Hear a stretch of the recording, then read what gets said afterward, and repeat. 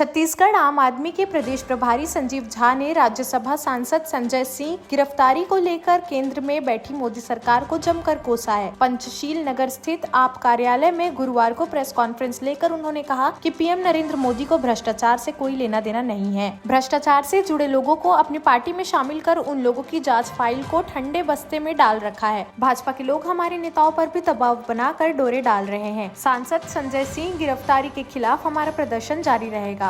कि आप सब लोगों ने भी देखा होगा, जानकारी मिली होगी कि कल सुबह दिल्ली के राज्यसभा सांसद और राज्यसभा की एक मजबूत आवाज़ जो मुखर होकर हमेशा प्रधानमंत्री की कॉरपोरेट घरानों से जो तालमेल है उसके लेकर मुखर आवाज़ रहे हैं, उनके घर कल ईडी का रेड हुआ और शाम को उनकी गिरफ्तारी कर ली गई। आप सबको जानकारी के लिए बता दूं कि लगभग 15 महीने से ये तथाकथित शराब घोटाले की जांच चल रही है। इस 15 महीने में हमारे दिल्ली के डिप्टी सीएम के घर 500 से ज़्यादा ऑफिसर लगातार जांच कर रहे हैं।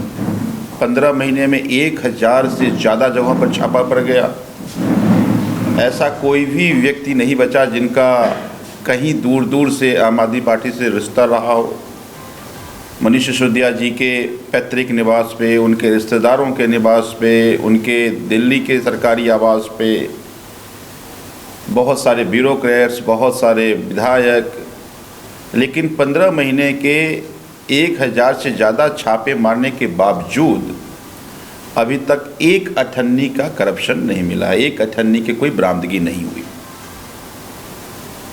अभी तक जो चार्जशीट में ये नहीं बता पा रही है, जो डिप्टी सीएम जो अरेस्ट है उन पे आरोप क्या है। भाजपा के प्रवक्ता अलग अलग बात करते हैं, लेकिन बार अभी कल मनीष जी के बिल पे बहस चल रही थी। 3 बातें सुप्रीम कोर्ट ने पूछा। पहला कि अगर पैसा लिया तो पैसा कहीं तो गया होगा, उसका मनी ट्रेल क्या। मान लीजिए आप आरोप लगा रहे हैं कि मनीष सिसोदिया जी ने पॉलिसी के करप्शन में पैसा लिया, तो पैसा कहीं तो जाएगा ना, तो वो ट्रेल क्या है, क्या कोई बरामदगी हुई? ईडी का जवाब नहीं आया। दूसरा सवाल था कि ये कह रहे हैं कि पॉलिसी तो कैबिनेट डिसीजन है, तो अगर कैबिनेट डिसीजन है तो इस कैबिनेट डिसीजन में चीफ सेक्रेटरी भी है, फाइनेंस सेक्रेटरी, लॉ सेक्रेटरी से कोई भी अगर पॉलिसी जब कैबिनेट में जाता है तो 3 से वेट होता है। लॉ सेक्रेटरी से लॉ का वेट करते हैं, फाइनेंस सेक्रेटरी से फाइनेंस का वेट करते हैं, फिर चीफ सेक्रेटरी से हम उसको फाइनल वेट करके कैबिनेट में जाते हैं, फिर कैबिनेट का डिसीजन होता है। कैबिनेट के डिसीजन के बाद ये फाइल एलजी के पास जाता है। और इस पॉलिसी में मज़े की बात यह है कि एलजी साहब ने पॉलिसी में बहुत सारे अपने रिकमेंडेशन दिए, उनके रिकमेंडेशन को लेने के बाद ये पॉलिसी बनी।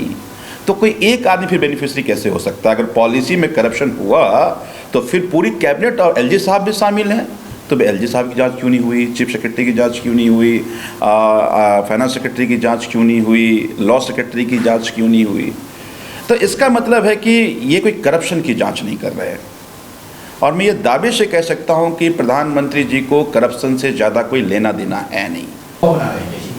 कोशिश इनकी है कि बस जेल में, आप देखिए ना, मैंने आपको बहुत सारे नाम गिनाए, इन सब पे केसेस चल रहा था, इन सबको जेल भेजने की कोशिश साजिश की जा रही थी। मान गए आज बीच में सबसे बड़े मुख्यमंत्री। और मुझे लगता है कि भाजपा के कार्यकर्ताओं को भी समझना चाहिए कि आज भाजपा कार्यकर्ताओं को कुछ नहीं मिलने वाला। भाई आज मुख्यमंत्री महाराष्ट्र कौन बना? एकनाथ शिंदे। और फडणवीस जी की मजबूरी, अब कह रहे हैं कि नहीं अजीत पवार को मुख्यमंत्री बनाएंगे हम।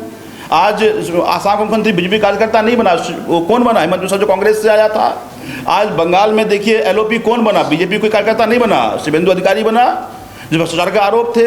तो सभी भ्रष्टाचारी को लेकर के मुख्यमंत्री, एलओपी, तमाम मंत्री बनाए जाएंगे। भाजपा के लोगों को कुछ नहीं मिलने वाला। ठाकुर जो है वो आज रायपुर पहुंचे, उन्होंने ईडी की कार्रवाई को लेकर के कहा है, संजय सिंह की कार्रवाई थी उसको लेकर के कहा कि आम आदमी पार्टी जो है ईमानदारी का सर्टिफिकेट बांटने का काम करती है, लेकिन अब देखिए धीरे धीरे उनके तमाम जो मंत्री हैं, विधायक, सांसद, वो गिरफ्तार होते जा रहे हैं। इसके अलावा पंजाब को लेकर उन्होंने कहा कि पंजाब में 2 माह में ही उनके स्वास्थ्य मंत्री के ऊपर भ्रष्टाचार का आरोप लगा और उन्हें इस्तीफा देना पड़ा। ये देखिए, बड़ा अच्छा सवाल है आपका। और 75 साल के इस देश के जनतंत्र के इतिहास में आप पहली बार देखा होगा कि वो जो पंजाब की उदाहरण दे रहे हैं अनुराग ठाकुर, वो अनुराग ठाकुर ने नहीं कहा था कि स्वास्थ्य मंत्री भ्रष्टाचार कर रहा है, किसी मीडिया ने नहीं कहा था, आम आदमी पार्टी ने सुओ मोटो कॉग्निजेंस लिया था। हम कभी नहीं कहते कि हमारे लोग बेईमान हो ही नहीं सकते हैं, हो सकते हैं बेईमान हमारे लोग, लेकिन अगर बेईमान होंगे तो उनको बख्शा नहीं जाएगा। ये आम आदमी पार्टी ने करके दिखाया कि अपने ही मंत्री की सुओ मोटो कॉग्निजेंस लेके नाकवल मंत्री को हटाया, बल्कि उसको जेल भेज दिया। बताइए आज तक इतिहास में कर्नाटक में चुनाव हो रहा था, क्या नारे लग रहे थे? 40% कमीशन की सरकार। भाजपा के अपने गवर्नर ने कहा कि प्रधानमंत्री के करीबी लोग जम्मू कश्मीर में भ्रष्टाचार कर रहे हैं। क्या जांच हुई? क्या वही गवर्नर ने गोवा में कहा कि सबसे भ्रष्ट मुख्यमंत्री गोवा का मुख्यमंत्री है। जांच हुई क्या? येदियुरप्पा पे खनन का केस चल रहा था, करप्शन का केस चल रहा था, कार्रवाई हुई क्या? तो आम आदमी पार्टी भ्रष्टाचार पर 0 टॉलरेंस रखती है। मैंने पहले ही कहा कि प्रधानमंत्री भ्रष्टाचार से कोई परहेज नहीं है। पर अजीत पवार कहते थे कि हम जेल भेजेंगे, जो ही आ गए कहता अच्छा बेटा आ गया, अब करो जो करना है तुमको। उनका पीठ ठोक रहे थे। तो ये तो प्रधानमंत्री की करतूत है, एक बात।